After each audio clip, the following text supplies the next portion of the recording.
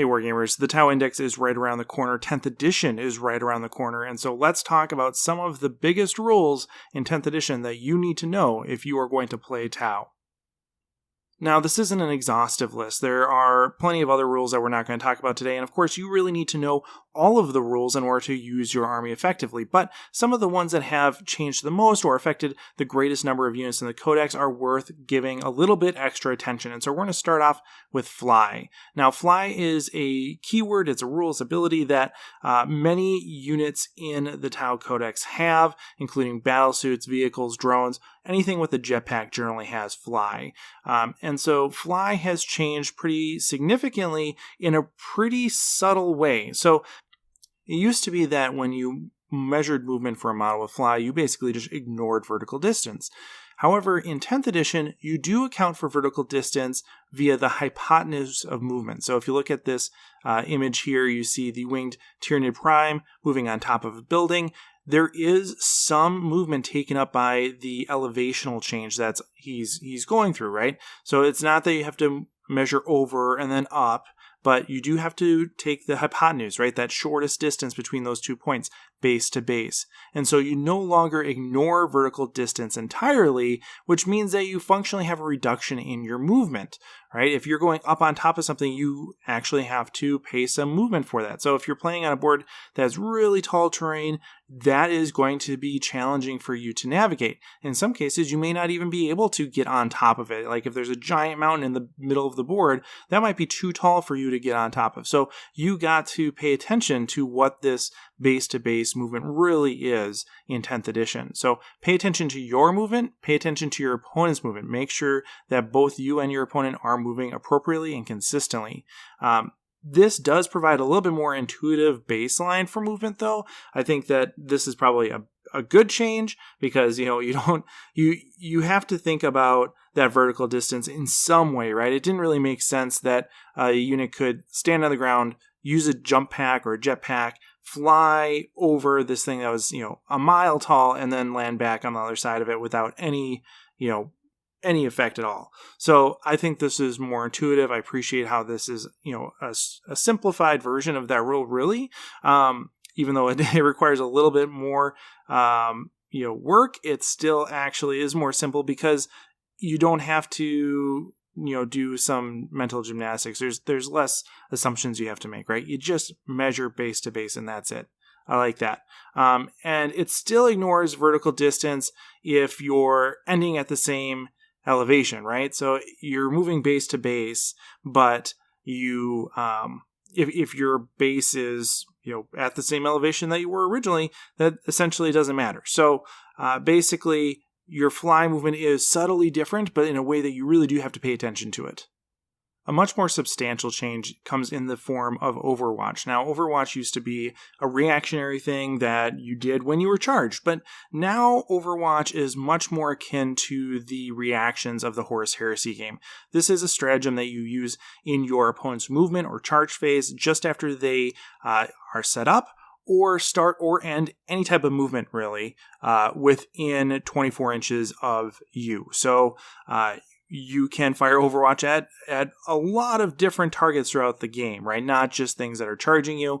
And when you do that, you are only hitting on sixes, but it gives you another whole round of shooting with a particular unit, right? And so that is really useful, especially if there's just a couple units that you want to pick up, a couple models you want to pick off the board, that sort of thing.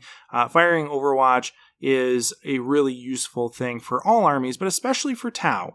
Tau are a shooting army, right? And so anytime we can do more shooting, that's good. So more shooting means more damage for Tau, even if it's in a somewhat altered capacity, meaning that they're only hitting on sixes, you're still getting more damage. And importantly, you're getting damage in your opponent's turn before they potentially have a chance to do anything, right? It's before their shooting phase, potentially, if you're firing in their movement phase, or, even before they are able to make a charge, all sorts of different benefits to being able to affect your opponent essentially twice in a row, once on your turn and then once at the beginning of their turn.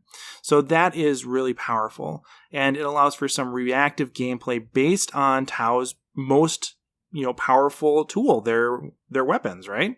And importantly, it also works alongside Cao Yun. Cao Yun is the detachment special rule for the only Tau detachment that we have right now, the Cao Yun detachment, which gives you sustained hits in turns 3, 4, 5. So Cao Yun on Overwatch still works, right? So if you get a 6 to hit, Cao Yun comes in, boom, you get actually 2 hits. That's really useful, right? So you're actually getting twice the output as you would normally under Overwatch, which is really cool. And then it's something that you really are probably going to want to use as much as possible, right? You're getting more damage. Why not use this? Of course, CP allowing, right? You're going to want to use this as much as you can, unless there's a better use of your CP, but just more damage out of Tau is really a good thing. So you can deter charges, you can get extra damage. This is a really multifaceted, highly utilitarian stratagem. It's not perfect though, right? It still requires CP. It's 1 CP baseline. Maybe there are going to be some support systems or other ways that we can fire Overwatch reactively without having to pay CP. I would not be surprised if there's some element of the game that allows for this, whether that's war gear or a particular leader profile ability, something like that. You would think maybe that would be somewhere in the Tau index when it comes out in a few days. You also can't use For the Greater Good. For the Greater Good is our basically our new marker light ability. That is something that is strictly in the shooting phase. So there is no way to use For the Greater Good with Overwatch as it's written, again, unless there's some modification in the index that opens that up as a possibility. As it is now, there's no way to do that. So you're limited in some of the usefulness here based on that. So that means you can't have a guided unit having marker lights and therefore ignoring cover. And in order to really get the most value out of this, you have to have volume of fire, right? If you're only hitting on 6s, shooting one gun, hitting on a 6, that's probably not going to happen, right? So you really do need volume of fire. We're talking about our, strike teams, our breachers, our pathfinders, burst cannon suits. All of those things are going to be really good at using Overwatch. Missiles, missile broadsides, that sort of thing. We're going to get value there. So we do have to be a little aware about how much, what the actual likelihood of landing a shot, having that shot result in a wound. Do a little bit of quick math hammer here when you're thinking about using Overwatch or deciding which unit to use Overwatch on. But overall, it's still really strong and something that most Tau players should be very aware of going into 10th. Then we have Ruins and Plunging Fire. Plunging Fire is a new ability associated with Ruins. It's something that is pretty, novel compared to the last few editions of 40k and is something that I'm really excited about utilizing. So Plunging Fire is an ability where if you're in Ruins and you're at least 6 inches or more vertically from the ground level, your models get -1 AP or improve their AP characteristic by 1 if they are firing at a unit that is entirely at ground level. And of course, there's a little bit clunkiness with that wording. I expect there to be some FAQ about, well, what happens if the ground level is actually, different on different parts of the board, or if you're, looking at, different elevations for different types of terrain features or something like that. But as it's written, it's still very good and is something that is going to be very useful for a lot of Tau models. It's only accessible to infantry, beasts, and things that have fly because those are the only types of models that can access the upper levels of Ruins. But that's most of the army, right? Things like broadsides or storm surges, they're not going to be able to set up, on a higher level of a ruin, but most other things are going to be fine, right? Even our vehicles have fly, so you could get a hammerhead up there on top of the ruin and get that -1 AP just by using that, right? So this is something that's going to be useful for most Tau models, and especially given Tau's range, we're going to be able to utilize this for large portions of the board, right? There's no limit on how far away a target unit has to be, right? If you're in the Ruins and you have 72-inch range, you can get this by shooting at something all the way across the board. So that is a really nice feature, especially for Tau, which, are going to, want to be in cover are going to want to have that line of sight and benefit from that AP very well. So that is very nice and something you should be aware of going into 10th. It's essentially built in -1 AP, right? It's going to be the most useful for low AP units, right? If you're going from AP dash or AP 0 to AP -1, proportionally that's an infinite increase in your AP, right? But it's functionally also a very large increase going from, a 2 up to 3 up save to from a 3 to 4 up save. That's really useful. Things that have higher AP, like let's say AP -4, you're not going to get as much benefit out of that most of the time because AP -4 is probably going to remove most armor anyway, and so you're not actually getting anything out of that -1 AP. So putting your fire warriors, putting battle suits in ruins so that they get plunging fire is going to be really useful, especially with those longer range weapons, right? 18-inch range, 12-inch range, that's going to be a little bit harder, but once you get into 24 or 36 inches, 40 or so inches, right, those are things that are really going to be pretty scary when they're in ruins. So we're going to want to take advantage of this as much as possible and use our maneuverability to get into ruins early, right? So if we're talking about Pathfinders, that's things like a scout move, things that have infiltrate, so stealth suits, presumably, things that have fly. We're going to want to be able to use that maneuverability to get in ruins and kind of selectively move around the board. Keep in mind our positioning for things like for the greater good and, of course, playing the mission. But ruins are going to be really useful, especially for squishier units like fire warriors, strike teams, breachers, everything like that. Pathfinders did get improved armor save in the preview, so we'll see if that manifests in the index still, but that's good. They can still use the benefits of cover though, right? So it will be exciting to see how useful this is in a broader context. Let's talk about Hazardous and Devastating Wounds as our next set of rules. These are 2 keywords or abilities that show up on weapon profiles in 10th edition. Hazardous basically says that every time you shoot or fight with a weapon that is hazardous, you roll 1d6 after those attacks are, completed. And for each one, a model equipped with that hazardous weapon is destroyed. If it's a character, a monster, or a vehicle, it just suffers 3 mortal wounds instead. So if you have, like a big guy with cyclic ion blasters, for example, he might not necessarily just be taken up just like that, but for most cases, it means that you're going to lose a dude if you fail the hazardous weapon test. So if you roll a 1, you're losing a whole model. Notably, that is per weapon, not per shot. So if you have a cyclic ion blaster that, let's say, has 3 shots, then those 3 shots, regardless of them being 3, you still only take 1 test. So that is important. That's a pretty different way of thinking about this compared to how overcharging ion has worked in previous editions. So that hazardous test is something that we see now on ion weapons based on the Pathfinder preview.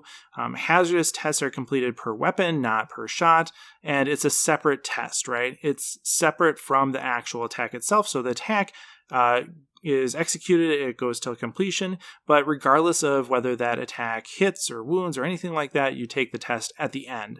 That's very different, and so something worth paying attention to, and it fully removes that model, right? So even if you have a crisis suit with just 1 cyclic ion blaster, again, we don't know if that's possible even right now, but let's say you have a crisis suit with cyclic ion blaster, you might lose that whole crisis suit to a single failed hazardous test. Devastating, similarly, is another ability that shows up on our weapon profiles in 10th edition. Devastating wounds are essentially the new rail mechanic. It says that when a critical wound inflicts, a critical wound inflicts mortal wounds equal to the weapon's damage characteristic instead of normal damage. So if you have a railgun and it gets a critical wound, meaning rolls a 6 to wound, then all that damage becomes mortal wounds. So there's no longer a built-in mortal wound generator associated with hitting or wounding with rail. So it's a little less reliable because you have to get that crit in order to actually get the mortal wounds generated from that. But there's an opportunity for more mortal wounds when it does proc, right? When you do get that critical wound, you could get a really nice payoff in terms of just a massive amount of mortal wounds generated from things like a railgun. Big Guns Never Tire is another rule that has changed pretty significantly in 10th edition. It used to be that Big Guns Never Tire allowed vehicles to shoot weapons in close combat at things that they were in combat with, and they could also hope to shoot their weapons at targets outside of combat if previous weapons were able to remove those models within engagement range. No longer is that the case. Now, Big Guns Never Tire means that monsters' vehicles can shoot and be shot at even while they are within engagement range. Every time a range attack is made by or against such unit, you subtract 1 from the attack's hit roll. So they're -1 to hit. That's the same, but notably, they can only shoot at things they are engaged with. They cannot shoot out of combat, and they can be shot at while they are in combat, right? So you have kind of a double-edged sword there. In one way, you're limiting the offensive abilities in combat because you can only shoot at things you are now engaged with. You can't, let's say if you have a Storm Surge, have, a few weapons that target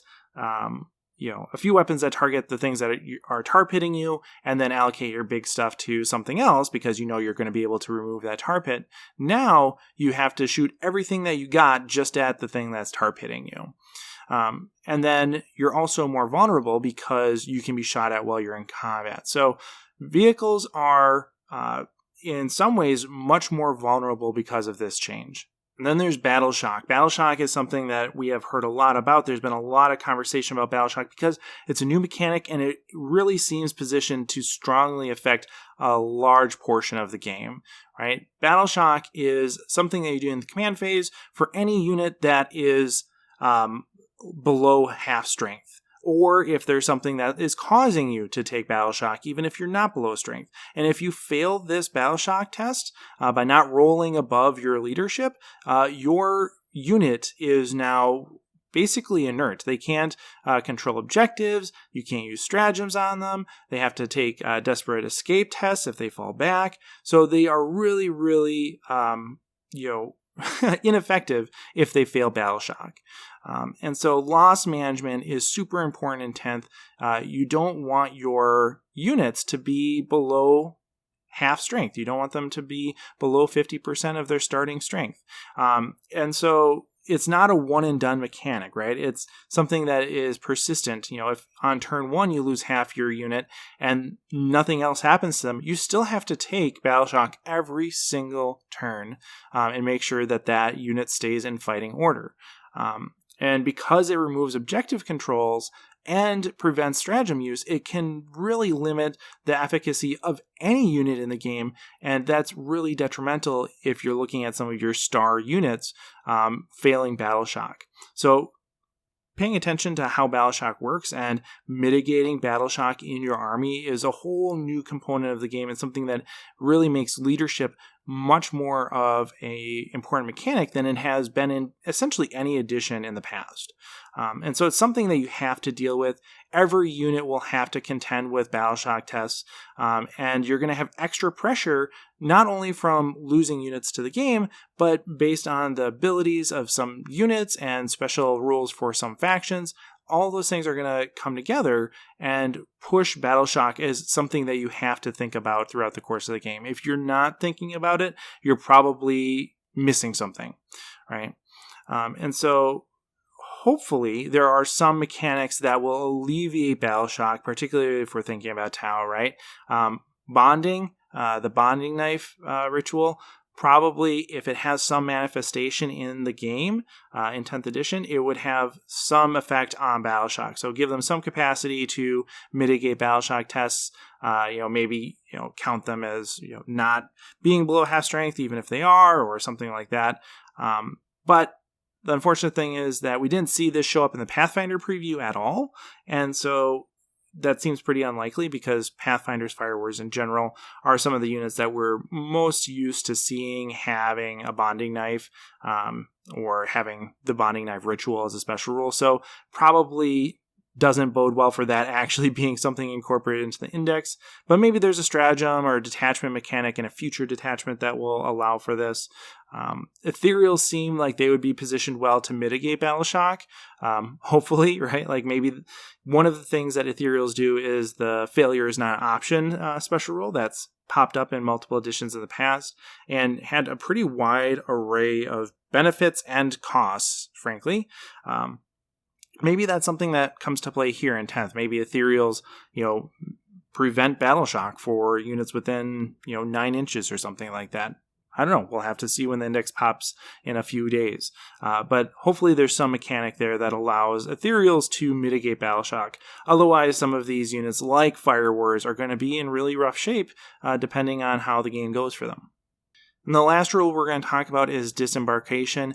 It used to be that you had to use combat disembarkation to move your transport and then disembark. No longer is that the case. Now units can disembark from transports normally after they have moved, but after they do so, they just can't move themselves, right? So you can have your breachers in a devilfish, move the devilfish, hop out. That's just built into the core rules now. So all infantry can stay safer by being in their transport until they're needed, right? They can be in that devilfish and pop out to shoot, or they can pop out to grab an objective as they need to, and that makes transports much more useful in that way and allows those infantry models to stay safer, especially when we're thinking, again, about things like battle shock, right? So these two things, I think, probably are designed with each other in mind, right?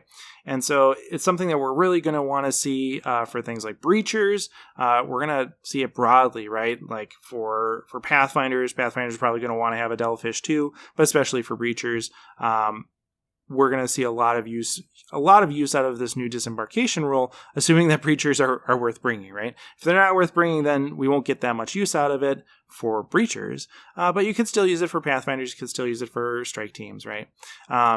If those are good, we'll see. But still, an awesome change and something that I'm really looking forward to playing with. So those are 7 rules that I think are worth your consideration and attention leading into 10th, getting into those early games of 10th with your Tau. So let me know what you think in the comments below. Did I miss some major ones that you think are really worth talking about? What are your expectations and hopes for 10th edition? Put it in the comments below. And of course, thanks for watching and happy wargaming. Hey everyone, thanks for watching. If you want to pick up one of the Invasive Wargaming models before they become unavailable, head on over to the Invasive Wargaming Etsy store in the description below.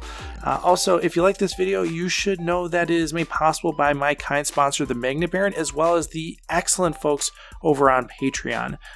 If you want to support the channel, you can certainly hop on over there and join our community. Special thanks to Shifty, Durza, Everett Keller, Stephen Cowan, Jack Inacker, Jared Egler, and Scott Heater.